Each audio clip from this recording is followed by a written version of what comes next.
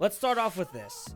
For several months, and I would argue years, since I don't make everything public, I've been criticizing the game for quite a while and gave it as many chances as a person could give. That all stopped about 3 days ago. I decided to ask a simple question. Is Dandy's World developer Quell simply out of touch? Little did I know how much impact this video would have. I could also say the same for those who just started to criticize the game recently on other social media platforms, as well as weeks before. Anywho, after my video went out, which happens to be April 20th at 4 p.m, guess what also happened on the same day? I had no idea this was going on, but there was a flood of criticism in the Discord server. I know, crazy miracle. So in response to all of this, the community manager decided to leave this little message up and pinned it in response to the recent flood of criticism. I guess it was so much that 2 days later, Quell decided to do an April devlog. Why is this timeline important? I and many others think that this simply is nothing more than a PR response. If the timeline wasn't enough to prove it to you, remember the pinned message I showed prior? Well, that was unpinned, and here's the community manager's response to removing said pin. Again, I view this as nothing more than PR. Quell had zero intention of showing any of this to you guys if we hadn't made our voices heard. Of course, you didn't click on this video for my cynical take, so let's break down what was shown in the devlog. Hey guys, it's Quell. Welcome back to another devlog where I talk about development on Dandy's World. I'll be focusing on what we're doing to get the game out of alpha, as well as telling you all about some content that'll come out over time. So, recently, the coders spent a lot of time rebuilding the entire Twisted AI script. This went live around the Squirm update, and with this change, we can add so many more interesting mechanics and personality to our Twisteds. Twisted Squirm was the first to fully take advantage of this new code. Though we hope to not just improve the Twisteds, as the coders have also been working hard towards redoing code across many aspects of the game, like machines, tunes, stats, and overall UI. I know a lot of you have been waiting for more gameplay content. These improvements to the code, while not directly new content for you, were necessary to help Dandy's World be set up for a long-term success. Optimizing the code gives us opportunities for unique mechanics and more room to add to the game at a quicker pace. We've been dedicating lots of time to improving the back end of the game, and we plan to have all of this wrapped up in this year, hopefully. Okay, so already off to a bad start. What do you mean have this all wrapped up by this year, hopefully? See, I don't know how to interpret this since she's a bad communicator and doesn't even have a roadmap to show for it. Does she mean that everything in this devlog is meant to take place after the year is over or before? Regardless of what it is, why are we working on this now and not prior?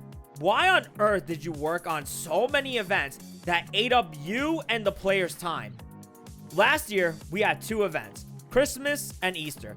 They take about 2 months time per update, not to mention that we had Halloween added recently along with Christmas and Easter coming back a second time.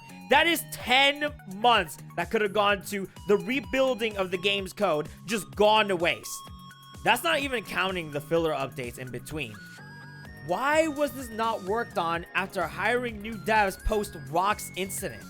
And before people mention the small dev team, whose fault is that? Why am I forced to be more patient? We've been waiting for 2 years, and now we're forced to wait 8 months and possibly longer since she said, quote unquote, hopefully. Again, not a great start. Once we leave alpha, the game will be sent into version 1.0 with a big update with tons of new gameplay and lore that is already being worked on. I want to thank you all for remaining patient with me and the team while we work hard to get there. Wait, so you're telling me that this game is ready to leave alpha? What? Dude, you know what's so funny? I made an April Fool's joke about this very thing. I'll just let myself and said parody talk for me. The first news is that Dandy's World... oh my gosh, dude. It's leaving out of alpha. And no, you may be thinking, oh, alpha to beta? Because you're probably all excited. No. They consider this a completed project. Yes, the game with horrible ass trinkets, improperly and imbalanced ass tunes, with a horrible functioning matchmaking system, they consider this complete. Do you, viewer, think that this is a completed project? Wild.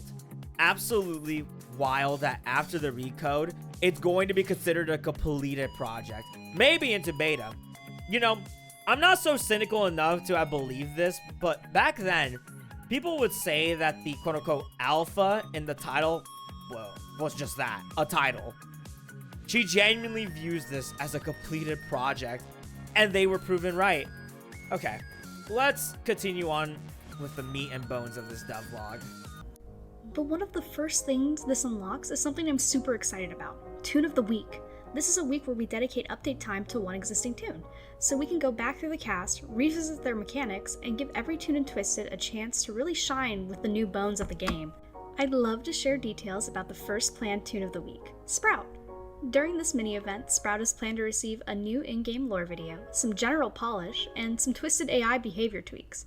Plus, there will be some Sprout-themed rewards earnable during Sprout's week.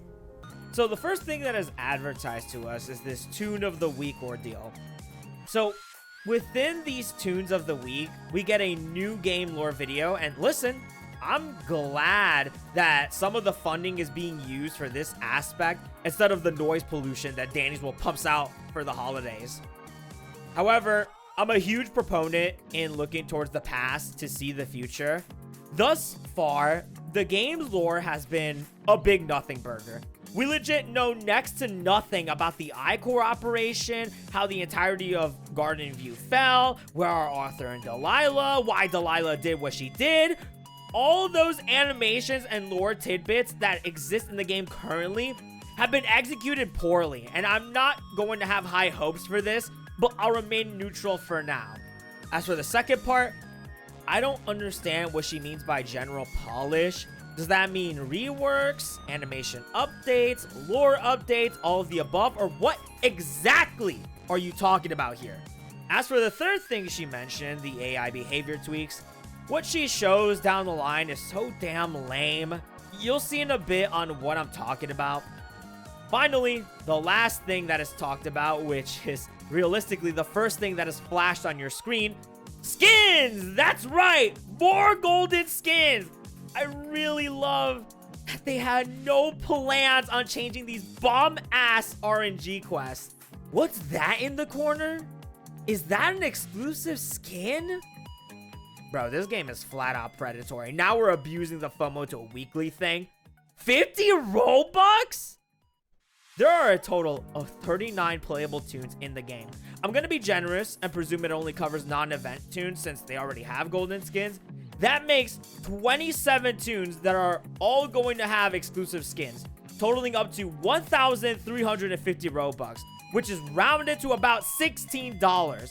And if somehow the event tunes are also included, that is 1,950 Robux, totaling to a rounded $22. This is so insane, man. The first thing that this multi-million-dollar corporation advertises to you is to spend your money on the already bloated skins galore. I'm mixed on the Tune Week. I really am. Again, all we could do is turn old for this game and wait. I want Twisteds to feel more alive and have little habits. For example, you can see that in this adjustment to Twisted Sprout now has him acknowledge Twisted Cosmo. If on the same floor, he will even follow his best friend Cosmo instead of pathfinding to random points at the map. We can also see Twisted Sprout naturally stop at a poster to compare himself to the art of it. Little habits like these I feel can make Twisteds more dynamic. Twisted Squirm having many ways he interacts with the environment and players is a great example of how I want to try and see future Twisteds. While we won't have a tune of the week every week to start, over time we'll use these as a way to revisit every tune and Twisted in the game. It's a fun way to celebrate every tune, but more importantly, it's how we can go back through the entire cast of tunes and Twisteds and bring them all up to their full potential with the new bones of the game. This is what I was talking about being lame. So essentially, the company thought it was a good idea to invest their time and money on making Twisted Sprout look at a poster and stalk Cosmo. So sick of these two, man. Mind you, this won't matter anyway since distractors are just going to take them away. What a pointless addition. I mean, really, did no one think that at all? This only works if you're playing solo. And even then, this is something you're gonna see for a couple of seconds for a bare bones game. Wow, simply amazing. I also look forward to hearing your ideas for some future tunes and twisted reworks in the comments below. Gee, I wonder if the community added input to the gameplay loop. Oh wait, they're just as pointless as what's in the devlog. I'm a huge proponent of a community reflecting their main developer. It's so funny seeing it in real time. There's a lot more coming out that I'd love to share, but this video is running a bit longer, so I'm going to rapid fire some of the things you can look forward to other than the tune of the week, all coming soon. What do you mean long? This video isn't even 5 minutes. Wow. The fact that she doesn't have faith that her fandom can even bear long videos is pretty damn sad. Then again, looking at the comments, I can't blame her. Vmail, a system for players to gift each other Robux items like game passes, as well as a better way for us to provide in-game announcements and update information. Here's what I want you guys to take away from. Notice that the first thing advertised to you about this new system that they're adding is buying game passes to others. This lets me know where Blush Crunch's priorities are at. In fact, let's go down the lane before and during this devlog. When the criticism was going down, what was the first thing she did? That's right, reveal more merchandise for her age-regressed audience. The second thing was during this devlog. As stated prior, what was the first thing flashed on your screen in regards to what's upcoming? Buying skins. Then we got this third thing going on, the Vmail. What's the first thing that was advertised? Buying game passes for others. It's clear, so clear, what Blush Crunch is about. Money is their prerogative. It's not a passive reward. Though, I do prefer this system over the board announcement, but keep in mind, this isn't gameplay. Neither was the tune of the week either. The two-person machine. This is a new machine where 2 players can work to complete it faster. Oh, finally, something gameplay related. Here's the thing though, I'm a pretty cynical guy. I have a fear of this machine being implemented in a horrible way, like they did with a circle and treadmill. First off, this better not be another machine variant. I hope and pray this replaces the already default machines we have. Either way, another game already did this. You're several months late on this idea too. Kind of crazy that these ideas happen here first on the channel. Anyways, if this does end up being a machine variant, that means less of a chance for the already rare treadmill to spawn. Another thing, this better not take 2 times longer to complete. If this does end up happening, solo play will be even more burdensome. I'm only judging this based on prior executions on these machines. The best that I can hope is that it'll replace the already default single machines as well as taking up the same time to complete. For now though, we just don't know, so I'm semi-neutral on this late idea. Swimmy Barnaby, yes, it's real, a small mini game in the lobby. Can you get a super high score? My high score is maybe 6 or 7. Well, that was idiotic. Off to hang myself. Off and left. First off, I want to stab something after that. Second, I get why she's adding the arcade ordeal since that's what people wanted when Finn's optimization came out. However, how on earth does this add to the base gameplay loop? I really would not have minded this if it was after the base game was established. But of course, this has to come out first. Also, why don't we just have this be a minigame in the V room? It's a game show room. She's a game show host. Have this be an objective to progress to the next floor. Smart thinking. And of course, some more unique achievements, which is pretty self-explanatory. I don't care about achievements. If the base game is too boring, then why even bother striving for these endeavors? Thank you all for watching. There's so much more I can't share just yet, but I'm excited for what the future holds. So, yeah. Bye! Wow. So, out of the 5 things presented for the future of Danny's World, only one is related to the base gameplay loop? And there's people glazing this? I think the worst of this whole ordeal is my prediction on how the community would react. In a prior video, I said that Danny's World fans accept less and not more, with the cycle being reset over and over again. Dandy's World players will forever accept less and not more. After that, I made a prediction that Danny's World fans will see something so small like this and will go back to the basic bootlicking that they usually do. Yes, even their most critical will be satisfied for the next couple of months. The whole thing is just tiring. This Easter really hit people like a truck. In the end though, it doesn't matter. I've seen this all before, but on a much smaller scale. So just as a repeat, if you guys remember, back before the dial update, people were complaining about the gameplay loop. And down the line, the dial update was added. Now, despite the update being overhyped and trash, again, dial being the only good addition, Circle Machine was a joke, iCore League was a joke, Brusha was the worst tune ever released. With all of that, this became one of Danny's World's most glazed updates ever. And you want to know what happened to the small scale criticism? It went away. Immediate effective bootlicking kicked in with the typical bumper sticker arguments that we've all heard before. It's an alpha, be grateful, Quell is trying her hardest, and blah blah blah.